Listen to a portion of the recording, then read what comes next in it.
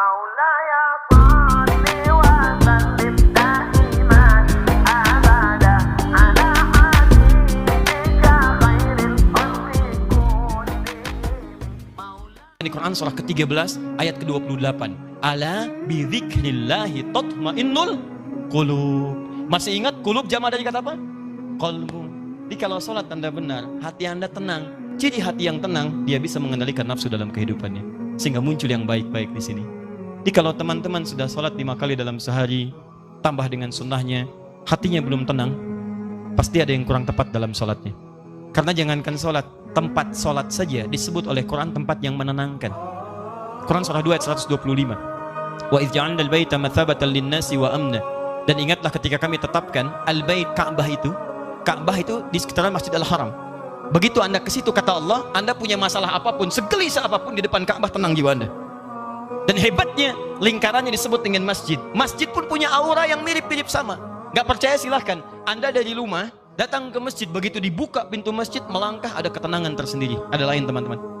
Makanya saya beri saran sedikit ya. Ikuti pola sahabat dulu.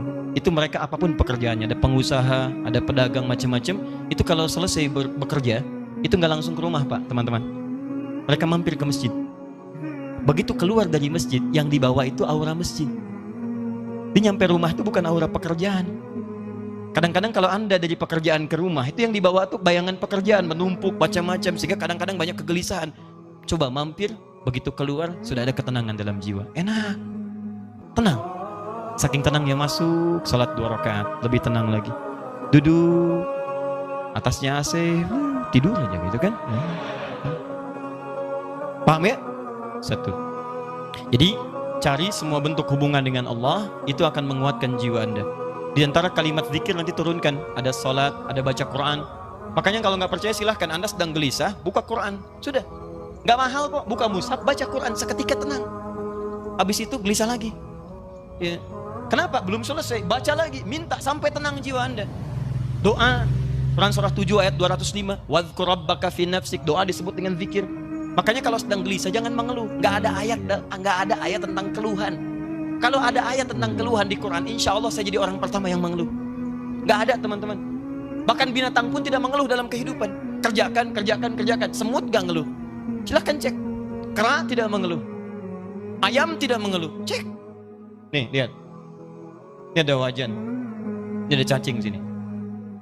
Di bawahnya kita kasih api di sini. Maka cacing akan bergerak-gerak. Pindah dia kan? Baik. Kenapa dia bergerak?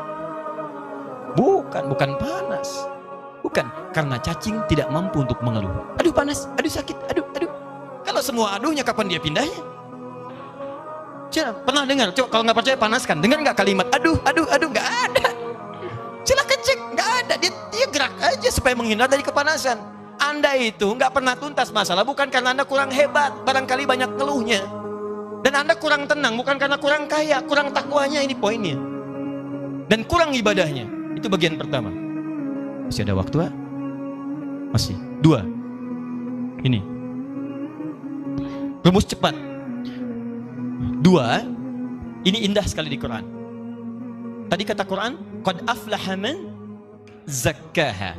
Sungguh akan bahagia, tenang orang yang mampu menyucikan hatinya. Baik. Ikhwan atau akhwat di atas, kalau nyuci itu pakaiannya dibuang atau kotorannya yang dibuang? Mah, tolong cucikan ya. Iya Pak, palidgun ke sungai. Oh, Masya Allah. Begitu pulang, mana mah pakaiannya? Dicuci, dibuang. Tidak. Nyuci, membuang kotornya. Kadang-kadang kotor itu mesti ada untuk nampak yang bersihnya. Sebab kalau kotor nggak ada, yang bersih nggak akan kelihatan. Allah ciptakan marah bukan untuk menjadikan Anda pemarah, tapi supaya sabarnya muncul. Sebab kalau nggak ada marah, nggak akan ada sabar.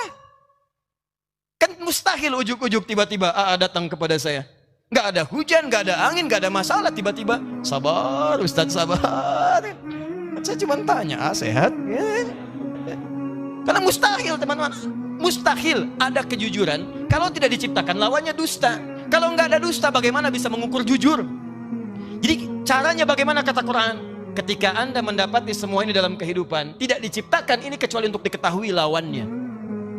Kalau Anda menemukan sesuatu yang tidak baik, yang bersumber dari nafsu, cepat langsung cari lawannya di takwa untuk menyelesaikan itu semua.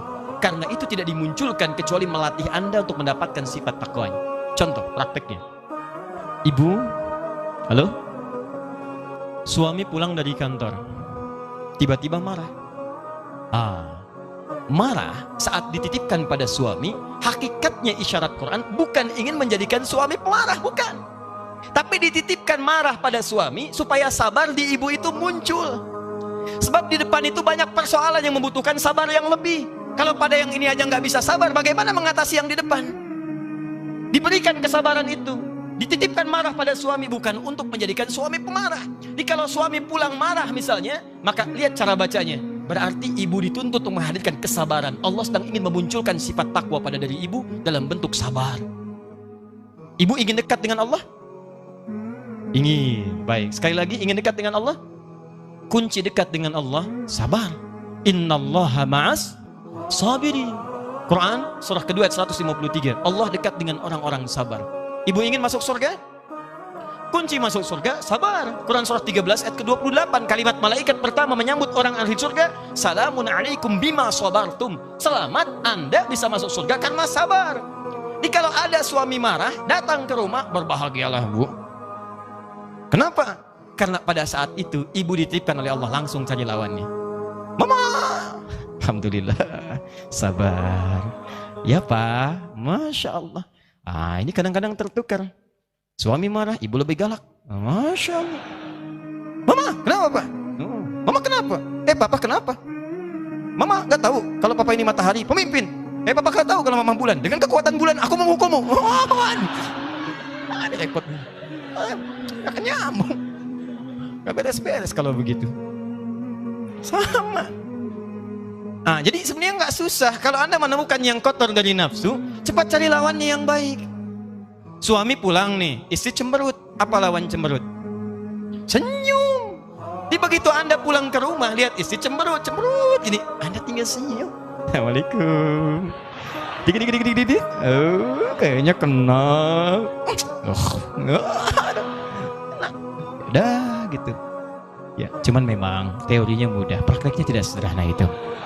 Betul. Ustadz juga sama. Makanya jarang ada ustadz ceramah bawa istrinya, jarang itu. Jarang sekali. Ini live ya. Kita selesaikan di rumah.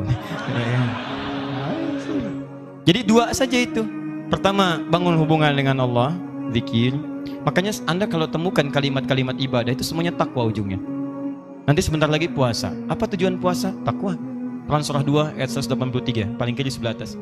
Ya ayyuhalladzina amanu kutiba alaikumus kama kutiba alal ladzina min qablikum la'allakum takwa. Anda mau haji, takwa bekalnya. Quran surah 2 ayat 197, paling kanan sebelah atas. Al-hajju asyhurum ma'lumat faman farada fihinna al-hajja fala rafatha wala fusuqa wala jidala fil hajj wa ma taf'alu min khairi ya'lamhu Allah wa tazawwadu fa inna khairaz zadi taqwa. Mau haji, takwa muaranya. Mau puasa, takwa. Salat, takwa. Infak, sedekah, takwa. Semua takwa. Ternyata tujuan ibadah itu ketika Allah bebankan pada kita bukan untuk menjadi beban dalam kehidupan, tapi ingin membuat Anda bahagia karena takwanya muncul. Makanya selesai sholat, selesai infak, selesai baca Quran ditutup ayatnya. Quran surah 2 ayat kelima. Lihat, ulaika ala hudam min rabbihim wa ulaika humul muflihun. Qad aflaha man zakkaha wa ulaika humul muflihun. Bahagialah mereka semua. Di ketika Allah minta kita sholat, Allah minta kita bahagia. Aneh kalau ada orang diminta bahagia nggak mau bahagia, itu orang aneh. Makanya ketika Anda dipanggil sholat, hayya 'alas shalah, Anda tanya, kenapa kami sholat ya Allah? Dijawab, hayya 'alal falah. Ayo saya kasih bahagia. Yang belum bahagia datang ke sini. Anda orang kaya, Anda orang hebat, belum bahagia. Cek, bukan karena Anda kurang hebat dan kaya, Anda kurang takwa. Karena ketika Anda takwa, masalah Anda selesai.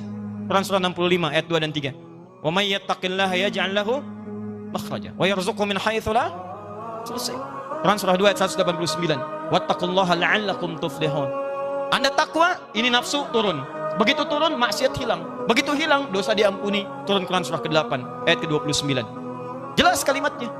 Wa may yattaqillaha yukaffir anhu sayyiati. Siapa yang meningkatkan takwanya, maka keburukannya kami akan hilangkan. Hapus. Lihat contohnya. Anda berbuat maksiat, naktar sauda, seperti tinta begini. Anda kerjakan kebaikan, hapus. dihapus. Tapi ingat, dosa itu seperti menulis di papan tulis. Tintanya ringan, mudah untuk dihapus. Tintanya sulit, tidak mudah untuk menghapusnya. Butuh waktu, butuh perjuangan. Kadang-kadang Anda mesti berjuang, seperti saya. Berjuang, datang sendiri, nerangin sendiri, nulis sendiri, ngapus sendiri. Nah sama. Akhirnya. Alhamdulillah.